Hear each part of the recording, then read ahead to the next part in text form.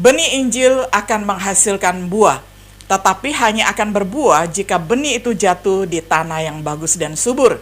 Jika kita mengizinkan kepedulian kepada dunia ini, tipu daya kekayaan, kesenangan hidup untuk menghimpit kita, kita tidak bisa menghasilkan buah yang baik.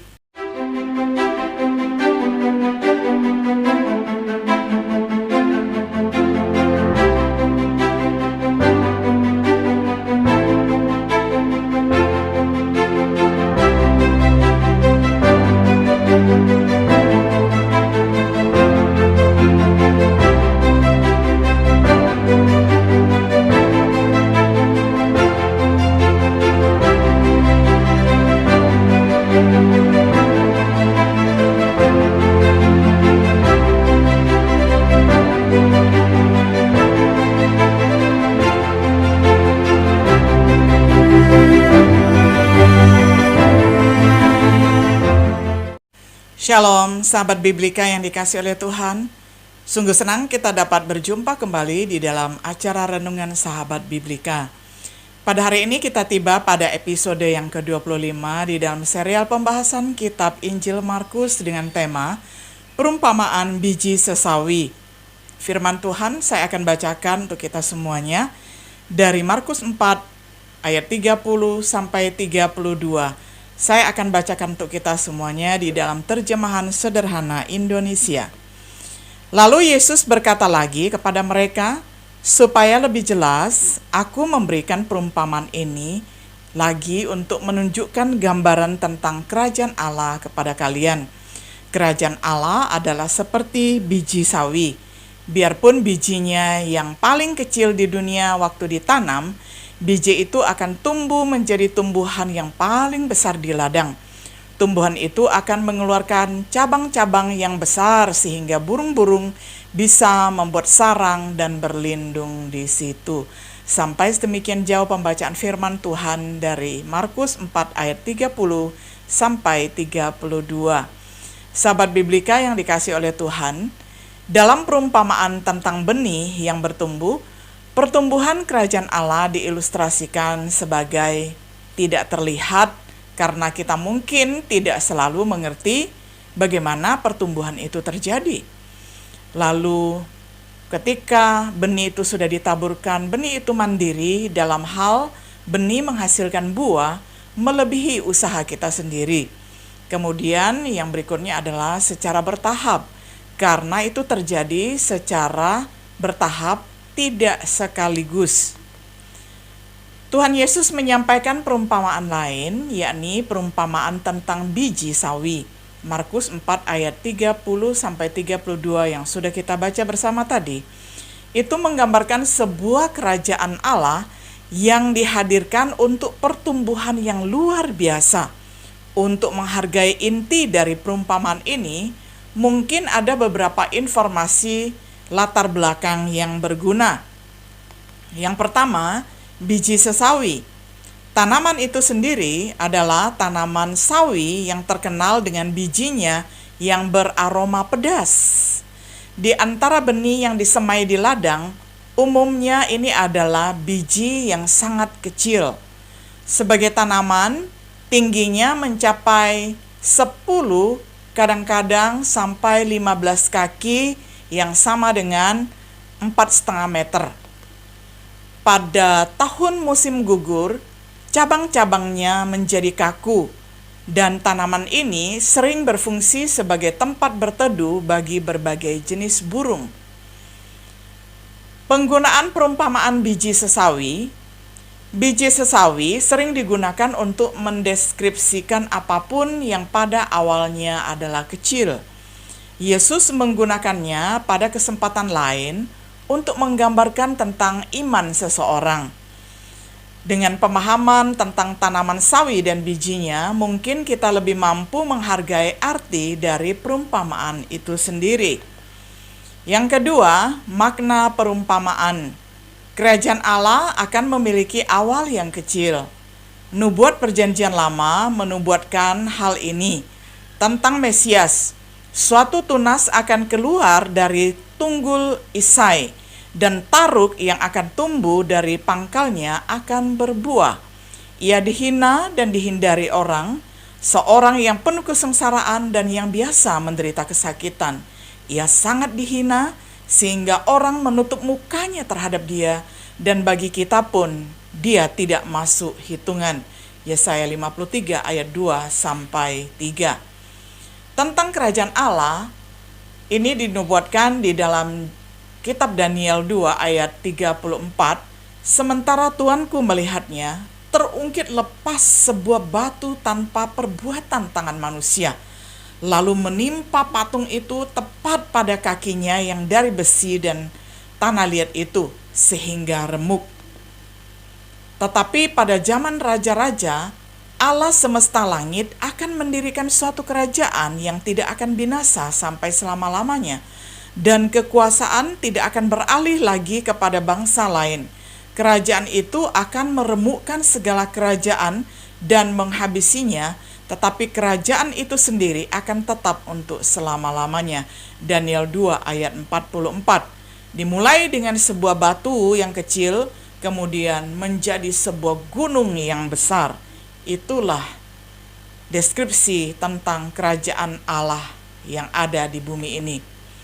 Deskripsi sederhananya adalah anak manusia bertumbuh di provinsi yang dibenci. Dia tidak muncul di depan umum sampai tahun ke-30. Kemudian mengajar selama 2 atau 3 tahun di desa-desa tetangga dan kadang-kadang di Yerusalem. Membuat beberapa orang bertobat, terutama di antara orang yang miskin dan tidak terpelajar. Lalu jatuh ke tangan musuh-musuhnya, mati dengan kematian yang memalukan, disalibkan. Begitulah dan begitu sedikit adalah dimulainya kerajaan universal Allah. Tumbuhan yang luar biasa pada awalnya rendah, sama seperti batu kecil yang dilukiskan dari Daniel 2 ayat 34 menjadi gunung yang besar dan memenuhi seluruh bumi. Pertumbuhan gereja pada awal tahun pertama Masehi pasti dikonfirmasi dengan kebenaran perumpamaan ini. 120 murid pada waktu itu bertumbuh menjadi lebih dari 3.000 orang hanya dalam satu hari. Kisah Para Rasul 2 ayat 41-42. Segera itu sekitar 5.000 orang. Jadi pertumbuhan yang sangat cepat setelah 3.000 orang menjadi 5.000 orang. Kisah Para Rasul 4 ayat 4. Jumlah murid terus berlipat ganda di Yerusalem, di seluruh Yudea, Galilea, dan Samaria. Bertahun-tahun kemudian ada ribuan orang percaya yang masuk ke Yerusalem. Kisah Para Rasul 21 ayat 20. Hari ini kita melihat perumpamaan dan pengaruh kerajaan Allah dalam kehidupan orang percaya di seluruh dunia. Pertumbuhan itu akan bermanfaat bagi dunia. Dalam perumpamaan, Yesus berbicara tentang bagaimana burung-burung di udara datang dan bersarang di cabangnya. Apa yang dimaksud oleh Yesus? Dia tidak mengatakannya, tapi kerajaan Allah tentu menjadi berkat bagi semua orang yang berlindung di atas ranting pohon tersebut. Misalnya, karena kerajaan Allah bukanlah tentang makanan dan minuman, tetapi kebenaran dan damai sejahtera dan sukacita di dalam Roh Kudus. Roma 14 ayat yang ke-17. Kepada mereka yang mencari istirahat untuk jiwa mereka yang lelah, Raja di dalam kerajaan surga menawarkan undangan lembutnya untuk datang kepadanya dan memasuki peristirahatan di dalam kerajaannya. Matius 11 ayat 28-30. Dengan perumpamaan sederhana ini, Yesus menawarkan dorongan kepada kelompok kecil itu, yakni murid-murid yang mengikutinya melewati perbukitan di Palestina. Mereka akan menjadi bagian dari sesuatu yang akan bertumbuh dan sangat memberkati dunia. Bagaimana kalau hari ini kerajaan surga terus bertumbuh dan menyebar keluar adalah cabang-cabang bagi mereka yang akan menerimanya? Tapi bisakah kita mengharapkan pertumbuhan serupa dengan yang disaksikan di abad pertama? Memperhatikan beberapa pemikiran tentang yang ketiga, pertumbuhan kerajaan Allah hari ini menurut perhitungan matematika. Dimulai dengan hanya 20 murid, Masing-masing hanya mempertobatkan satu orang setahun, dan orang-orang yang bertobat melakukan hal yang sama, maka pertumbuhannya seperti biji sesawi.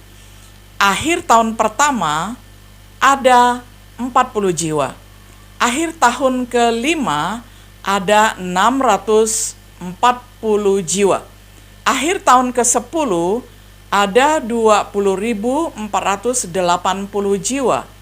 Akhir tahun ke-15 ada 655.360 jiwa.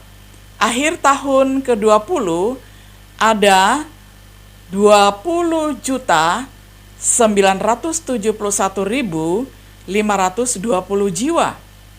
Akhir tahun ke-25 ada 1.347.177.280 jiwa. Yang diperlukan setiap orang adalah membawa satu jiwa kepada Kristus setiap tahun. Tentang adanya pertumbuhan rohani, kita memiliki keturunan kerajaan yang sama, yaitu firman Tuhan, yang tidak bisa rusak, yang hidup dan tinggal selamanya, mampu menghasilkan apa yang Tuhan maksudkan. Sedangkan perumpamaan tentang 4 jenis tanah mengingatkan kita bahwa tidak semua orang akan menerima firman Tuhan. Perumpamaan ini menyatakan bahwa kerajaan Allah akan bertumbuh. Apakah kita percaya pada kekuatan firman Tuhan? Orang yang dibutuhkan adalah orang dengan visi, yang memiliki penglihatan dengan Kristus, seperti yang diungkapkan di dalam perumpamaannya. Orang tidak melihat pada apel dan menghitung bijinya, tetapi melihat pada benih dan menghitung apel dengan banyaknya biji yang ada di dalamnya. Orang melihat proses pemuridan dan pengembangan murid dalam hal dan cara yang sama. Mereka adalah orang yang ingin mengutamakan kerajaan Allah dalam hidup mereka. Benih Injil akan menghasilkan buah, tetapi hanya akan berbuah jika benih itu jatuh di tanah yang bagus dan subur. Jika kita mengizinkan kepedulian kepada dunia ini, tipu daya kekayaan, kesenangan hidup untuk menghimpit kita, kita tidak bisa menghasilkan buah yang baik. Oleh karena itu, kita perlu mengutamakan kerajaan Allah, orang yang mau tinggal di dalam Kristus. Karena selain Kristus, mereka tidak dapat melakukan apa-apa. Karena hanya mereka yang dapat menghasilkan banyak buah, dan hanya mereka yang dapat memuliakan Tuhan dan menjadi murid-muridnya yang sejati. Apakah kita bersedia menjadi orang seperti itu? Sahabat Biblika yang dikasihi oleh Tuhan, potensi untuk pertumbuhan kerajaan Allah yang menakjubkan terletak pada pribadi yang memerintah sebagai rajanya. Mereka yang akan tinggal di dalam Kristus dapat digunakan olehnya untuk menghasilkan pertumbuhan yang luar biasa di kerajaan Allah yang diilustrasikan oleh perumpamaan ini. Menurut Paulus, saya bisa menghadapi segala keadaan karena Kristus yang selalu memberi kekuatan kepada saya. Filipi 4 ayat 13 dalam terjemahan sederhana Indonesia. Saudara-saudara, izinkan perumpamaan tentang biji sesawi untuk berfungsi sebagai sebuah dorongan, karena kerajaan dihadirkan untuk hal-hal yang besar meskipun awalnya adalah kecil. Yang kedua, sebagai sebuah pengingat, jika kita ingin berguna bagi guru di dalam hal ini, di dalam hal kerajaan Allah yang terus bertumbuh, kita harus tinggal di dalam Dia, agar kita dapat menghasilkan banyak buah. Bagi mereka yang belum menjadi Kristen, mengapa tidak mengistirahatkan sayap lelah saudara di ranting pohon besar yang disebut kerajaan Allah? Datanglah kepadaku setiap kalian yang sudah lelah menanggung kesusahan-kesusahan yang berat, karena aku akan menolongmu mengatasi setiap kesusahanmu itu, dan kamu akan merasa lega. Tunduk dan bergantunglah kepadaku, belajarlah dariku, karena aku lemah lembut dan rendah hati, maka kamu pun akan merasa lega. Karena kalau tunduk dan bergantung kepadaku, bebanmu yang berat menjadi ringan, dan beban yang kuberikan pun ringan. Matius 11 ayat 28-30 di dalam terjemahan sederhana Indonesia. Sahabat Biblika yang terkasih, kiranya setiap diri kita dapat mengambil keputusan yang tepat untuk beristirahat di dalam Tuhan, agar setiap diri kita mendapatkan kekuatan baru dan kemudian menghasilkan buah yang berlipat ganda seperti yang Tuhan inginkan di dalam kehidupan kita. Kiranya Tuhan Yesus senantiasa memberkati kita, dan shalom.